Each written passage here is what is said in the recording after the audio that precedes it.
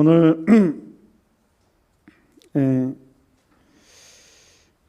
첫 토요일 성모신심 미사입니다. 그래서 오늘 이제 시리즈로 빛의 신비요단 성모님께서 예수님을 성전에서 찾으심, 아기 예수님을 성전에서 찾으심을 묵상합시다입니다. 이 내용은 이 거룩한 목주기도 묵상책에 잘 나와 있죠. 예수님께서 12살이 되던 해 가을절에 요셉과 성모님은 가을절을 예루살렘에서 보냈던 것 같아요. 보내고 이제 무리가 내려 끝나고 오는데 이제 당시에 남자들은 순례자 그룹과 여자들끼리 이렇게 따로 왔던 것 같아요. 그래서 성모님은 예수님이 안 보이니까 요셉 씨한테 있겠지 생각했고, 요셉 성인은 예수님이 안 보이니까 당연히 어머니하고 있겠지라고 생각을 해서 만났는데 예수님이 없었어요. 얼마나 당황했고 얼마나 놀랐겠어요. 그러니까 이제 성모님 입장에서는 제일 먼저 그러니까 어린 아이를 잃어버리는 부모는 심정이 이루 말로 다 할 수 없죠. 보통 옛날에 이런 기사를 읽었어요. 어린이 대공원에서 보통 아이를 잃어버리는 경우가 많죠. 그럼 방송에 나오죠. 몇 세 아이를 지금 보관소에서 여기 보호소에서 데리고 있습니다. 이 아이 이렇게 부모님은 데리러 오십시오. 그런 방송을 하잖아요. 근데 이제 그런 내용이었는데, 그러면 이제 몇 시간 애타게 울고 불고 막 애타게 찾잖아요. 그러면 다행히 방송에 나와서 이제 아이를 보자마자 어머니가 하는 행동이 있답니다. 그 아이를 몇 시간 잃어버린 부모가 한 공통적인 행동이 꼭 이렇게 행동한대요. 아이를 보자마자 달려들어서 엉덩이를 때린대요. 어쩌자고 이 엄마 애 죽일 뻔했네. 애간장 다 녹았다면서 이렇게 꼭 너무 기뻐서 너무 이제 이게 그래서 주체를 못하고 그냥 아이를 때린다 하더라고요. 이 엉덩이를 이렇게 심하게 때린 게 아니라 이제 이렇게 상징적으로 이렇게 너무 놀래가지고, 그러니까 얼마나 이제 애간장이 탔으면. 근데 성모님은 오늘 복음에서처럼 시메온 애언자로부터 이 아이는 장차 많은 이들의 반대받는 표적이 된다고 했잖아요. 그러니까 이게 얼마나, 그리고 당신의 심장은 예리한 칼에 찔리듯 아플 것이라고 이미 그 말에 비수가 돼서 꽂혀 있죠.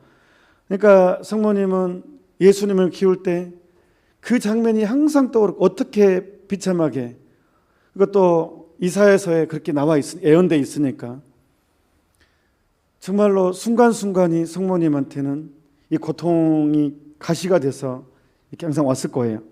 근데 그 기억이 몇 년 지나지 않았는데 눈앞에 사라진 거예요, 예수님이. 그러니까 이 성모님의 아픔과 고통과 두려움은 얼마나 심했겠어요. 3일 동안 찾아 헤맵니다. 3일 동안. 3일 동안 찾아 헤매다가 성전에서 만나죠. 성모님은 달려들어서 예수님의 엉덩이를 때리지 않습니다. 이게 좀 또 다른 부분이죠. 우리하고. 이제 딱 하신 말씀이, 아들아 왜 이렇게 했느냐. 너를 찾느라고 아버지와 내가 얼마나 애태웠는지 모른다. 이 정도 수준으로. 그러니까 인품이 여기서 드러나십니다. 그럴 때 이제 예수님은 왜 나를 찾으셨습니까? 내가 내 아버지 집에 있을 줄 모르셨습니까? 했는데 성모님은, 저는 생각해 봤어요. 이게 굉장히 큰 사건으로 자리매김했고, 이 교부들도 성령께서도. 그래서 우리가 한예의 신비 제5단에 들어있잖아요. 예수님의 이제 중요한 사건에 이 5번째 사건으로 이렇게 자리매김하고 있단 말이에요. 이게 어떤 의미일까? 저도 개인적으로 생각을 참 많이 해봤어요. 예수님께서 성전에 봉헌되시는 것 굉장히 중요한 사건, 예수님이 탄생되신 것 굉장히 중요한 사건, 뺄래야 뺄 수 없죠, 환희의 신비에서. 근데 이렇던 예수님을 성전에 찾았다는 게 어떤 의미일까? 이렇던 예수님, 성모님의 이 3일의 암흑 같은 이 정말 참을 수 없는 삼위일은 어쩌면 제가 생각하기에는 성금요일, 성토일, 성부활 3일, 성삼일, 3일을 미리 예표가 아닌가. 예수님을 잃어버린 그 고통이 또다시 재현되죠. 이런 비슷한 고통이 이제 예수님의 죽음에서 이 예수님을 잃어버린 3일이 똑같이 재현이 되죠. 그래서 이 사건은 성부 하느님께서 성모님께 보여주신 애연, 예수님을 잃어버리는 순간이 온다라는 것, 그걸 준비시켜 주는 것이 아닌가. 그리고 또한 우리에게도 신앙생활을 하다 보면 어두운 밤을 경험하게 됩니다. 어두운 밤이라는 것은 앞이 안 보이잖아요. 앞이 안 보여요. 시각이 안 보일 때 인간은 공포가 두려움이 있고, 이 무미건조함, 이게 영적으로 표현하면 어두운 밤은 무미건조함, 하느님이 안 느껴지는 순간이 온다는 거예요. 아무리 기도해도 하느님이 안 느껴지고 마치 내가 버림받은 느낌, 홀로 남은 느낌, 그것을 십자가 성요하는 어두운 밤이라고 표현합니다. 성인들은 보통 이런 어두운 밤을 겪는 성인들이 굉장히 많습니다. 그러니까 믿음이라는 것은요, 믿음이라는 단어는요, 보지 못하고 느끼지 못하는 걸 전제로 하죠. 제가 몇 번 말씀드렸잖아요. 이것은 초입니다. 제대 초입니다. 믿습니까? 하지 않아요. 초니까. 우리가 믿습니까라는 단어를 말하려면 느끼지 못하고 보지 못한 것을 전제로 해요. 우리가 죽으면 향주 3당 믿음, 소망, 사랑이지만 우리가 죽어서 하느님을 만날 때 믿음은 사라집니다. 사랑과 희망은 항상 존재하지만 이미 하느님을 지복직권하기 때문에 이미 보기 때문에 본다는 것을 안다는 거거든요. 그잖아요. 그러니까 믿음은 사라집니다. 이제 보고 있기 때문에, 누리고 있기 때문에 믿느냐 할 필요가 없어요. 이미 누리고 있기 때문에. 그러니까 믿는다라는 단어는 보지 못하고 느끼지 못하고 체험하지 못하는 것을 전제로 해요. 그러니까 이 기적을 많이 일으킨다고 해서 믿음이 깊은 것은 아니에요. 그건 은사이지. 어떤 사람이 기적을 많이 일으켜요. 그럼 믿음이 깊다고 얘기하진 않아요. 그냥 은사라고 얘기하지. 믿음이라는 것은 느끼지 못한 것을 전제로 해요. 그래서 유아 세례 받은 사람들이 체험이 별로 없어요. 이미 어머니 뱃속에서부터 신앙의 뿌리가 내린 사람들이기 때문에 체험을 주지 않아요. 체험을 줄 필요가 없어요. 저같이 고등학생 때 세례 받아야지만이 체험을 주세요. 그래야지만이 믿음이 뿌리 조금 내리거든요. 그리고 때가 되면 이제 가져가 버립니다. 이게 믿음의 성장 과정이에요. 태어나자마자 약할 때는 어머니 젖을 먹이죠. 때가 되면 어머니 젖을 쓴 것 발라요. 밥을 먹이기 위해서는 딱딱한 음식을 먹이기 위해서 부드러운 음식을 가져가 버려요. 우리 영혼의 영적인 성장도 그렇게 된다는 거예요. 그래서 우리는 신앙생활에 암흑이 있어요. 내가 너무너무 하느님을 사랑하고 좋아하고 하지만 그럼에도 불구하고 느끼지 못하고 체험하지 못하고 버림받은 듯한 느낌의 기간이 있단 말이에요.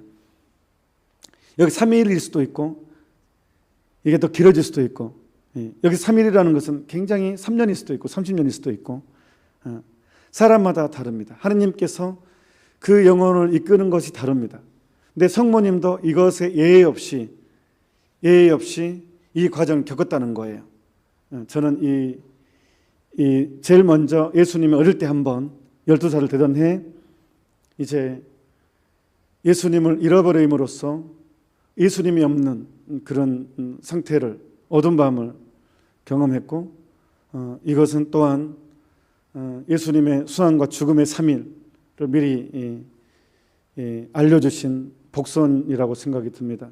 또한 이것을 통해서 우리 모두는 이런 영적인 과정을 통과해야 한다는 것도 보여주는 것이 아닌가. 그래서 이게 환희심 요단에 들어와 있는 것이 아닌가. 하지만 잃어버린 것만 생각하지 말고 찾은 장소, 결국은 하느님 집에서 찾았다는 것, 우리가 어두운 밤을 겪습니다. 메마름을 겪습니다. 영적인 고통을 겪습니다. 하지만 이것을 해결하는 것은 결국 하느님의 집이라는 것, 예수님 품 안이라는 것도 기억해야 된다는 거예요. 잃어버린 예수님을 찾은 곳은 성전이었습니다. 그래서 예수님이 어머니에게 이 말하면 왜 내가 성전에 있는 줄 몰랐냐고, 내가 왜 여기 있는지를 몰랐냐고. 그래서 우리가 비록 느낌이 없고 메마름이 오고 아무런 감각이 없지만 결국은 내가 머무를 곳은 결국은 성전이라는 것, 거기에서 모든 것은 해결된다는 것을 또한 환희신비 5단에서 교훈을 얻었으면 아주 좋겠다고 생각을 합니다. 또한 제가 요즘 제가 2달 정도 잡았거든요. 휴가나 휴식 기간을 좀 제가 진짜로 제가 뭐 하다가 머리를 좀 크게 다쳤습니다. 떨어져서 약간의 좀 몸에 충격이 좀 있어요. 그래서 조금 약간 몸이 좀 쉽게 피로하고 또 이참에 좀 제가 요즘에 휴가를 좀 제가 몇 년 동안에 휴가를 해본 적이 거의 없더라고요.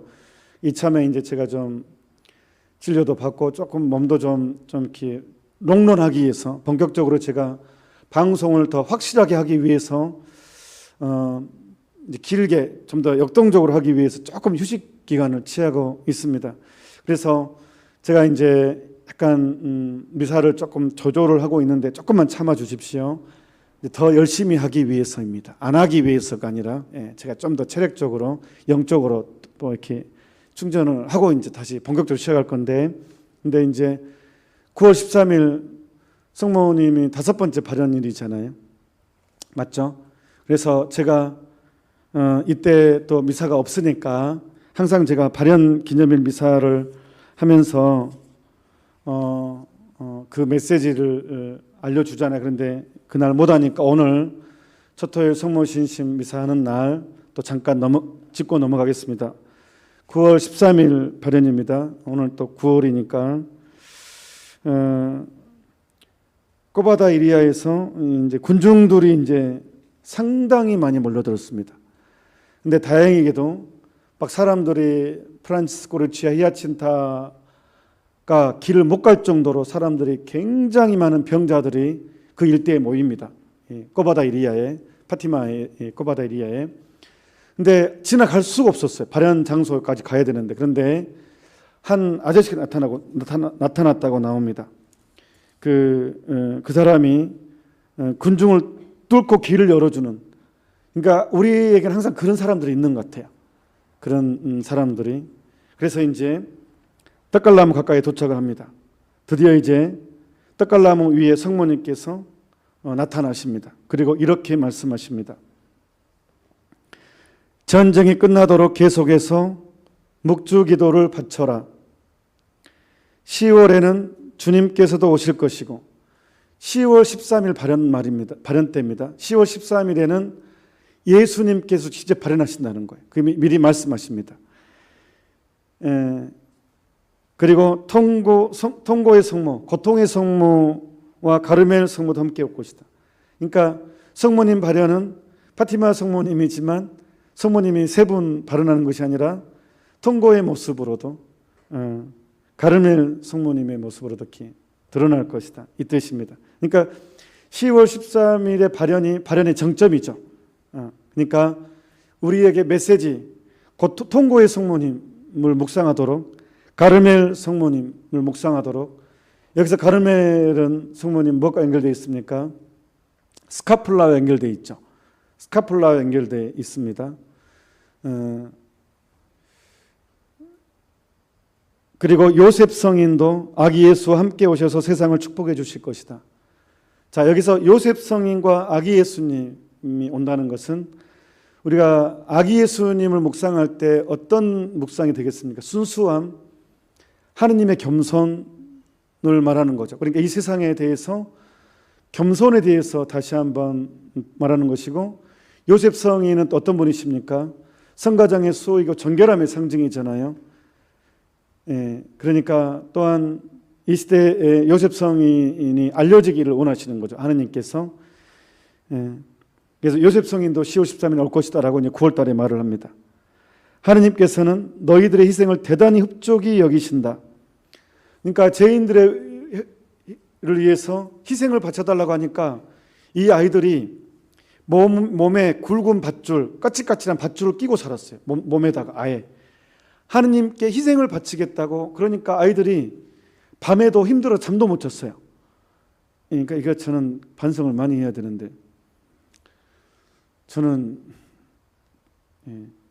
침대를 잠 못 잔다고 어떤 침대를 고를까 고민하고 있는데, 이 아이들은 진짜로 이 밧줄을 몸에 두르고 잠을 잤어요. 희생을, 이 고통을 봉헌하겠다고. 죄인들의 회개를 위해서. 그리고 물도 참고 목마른 것을 참고. 그러니까 우리가 할 수 있는 건 내가 좋아하는 것을 참는 것도 연결되겠죠. 그것들에 대해서 하느님께서 대단히 흡족하게 여기 계신다고 말을 해줍니다. 아이들한테. 너희들이 지금 하고 있는 이 희생의 행위들을 대단히 흡족하게 여기시고 계신다. 끈을 메고 있는데 너희들이 잠자리에서까지 그 끈을 잇는 것은 좋아하지 않으신다. 낮 동안만 메고 있도록 해라. 그러니까 낮에도 풀으라고 하지 않아요. 낮에는 하고 있고 너희들이 선택한 희생에 대해서 기쁘게 받아들이지만 너희들이 잠자리에서까지 하는 것은 좋아하지 않으신다. 너무 이제 잠을 못 자고 막 그러니까 애들이 잠을 얼마나 못 잘 거 아니에요. 괴로운 것이 있는데 우리가 조금만 아파도 잠에서 깨고 고통스러워 하잖아요. 그러니까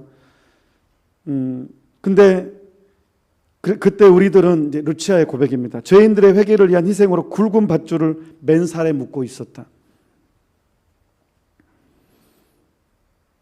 뭐 이제 예언이도 한번 이제 맨살에다가 한번. 아니 너희들이 원할 때 강제로 하면 안 되고. 기머거리, 벙어리 등 병자들을 고쳐주시라는 부탁을 받았습니다. 그러니까 이제 성모님께 루치아가 우리가 병자들이 막 호소를 하죠. 우리 좀 낫게 해달라. 성모님께 말해달라고 하니까 이제 그대로 성모님께 부탁하는 거예요. 그러니까 성모님이 이런 얘기합니다. 그래, 고쳐주겠다. 그러나 그들 중 어떤 이는 고쳐줄 수 없단다. 여기 중요한 대목이 나옵니다. 그래, 고쳐주겠다. 그런데 어떤 이들은 고쳐줄 수 없단다라고 말하는 이유가 뭘까요? 10월 달에 그 이유를 또 말해요. 왜 고쳐줄 수 없는지. 살짝 미리 말해주자면 회개가 필요하다는 거예요. 우리의 모든 은사는 회개가 전제가 되어야 됩니다. 회개가. 삶을 고쳐야 됩니다. 10월에는 모든 사람들이 믿을 수 있도록 기적을 보여주겠다. 그래서 10월에 파티마 성모님 영화 나왔다고 그랬어요. 근데 참말로 옛날 영화도 있어요. 인터넷 쳐보면 있습니다. 그것도 괜찮습니다. 그 영화도 되게 좋습니다. 감동입니다. 근데 10월의 기적은 태양의 기적이죠. 그래서 정말 많은 사람들이 보고 다른 도시에서까지 그걸 보는 사람도 있다고 증언이 나옵니다. 어마어마한 이게 성모님 발현 기적 중에 가장 큰 기적입니다. 역대급 역사상 가장 큰 기적, 가장 많은 사람들이 경험한 기적이 수만 명이 그걸 보죠. 동시에 또 다른 지역에 그 현장에 없는 사람도 다른 지역의 도시도 보죠. 그게 바로 이제 10월 13일 기적입니다. 그래서 이미 모든 사람들이 믿을 수 있도록 기적을 보여주겠다 해가지고 10월 13일 날 이제 이게 이루어집니다. 여기서 여러분과 함께 또 하나 나누고 싶은 것은 전쟁이 끝나도록 계속해서 묵주기도를 바쳐라, 이 대목. 와, 놀랍지 않아요? 묵주기도는 전쟁까지 막을 수 있다는 거예요. 전쟁이 국가가 국가한테 전쟁이잖아요. 수만 명이 죽고 죽이죠. 수십만 명, 수백만 명까지 죽었죠. 2차 세계대전에. 민간인도 학살당하고 서로 죽고 죽이고 정말 잔인하게. 그런데 그 어마무시한 무기들이 있죠. 탱크, 대포, 미사일, 지금은 핵무기까지. 그런데 우리가 하는 이 묵주기도로 전쟁까지 중지시킬 수 있다는 거예요.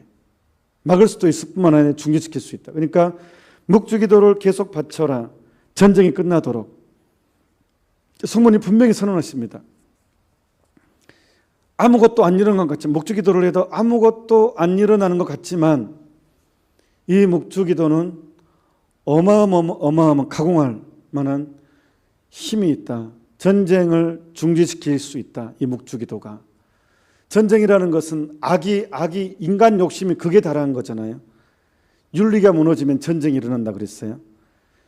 인간의 탐욕이 극에 이기적인 것이 극에 이뤘을 때 전쟁이 일어나는 건데, 그런 것까지도 중지시킬 수 있는 힘이 묵주기도라는 거예요.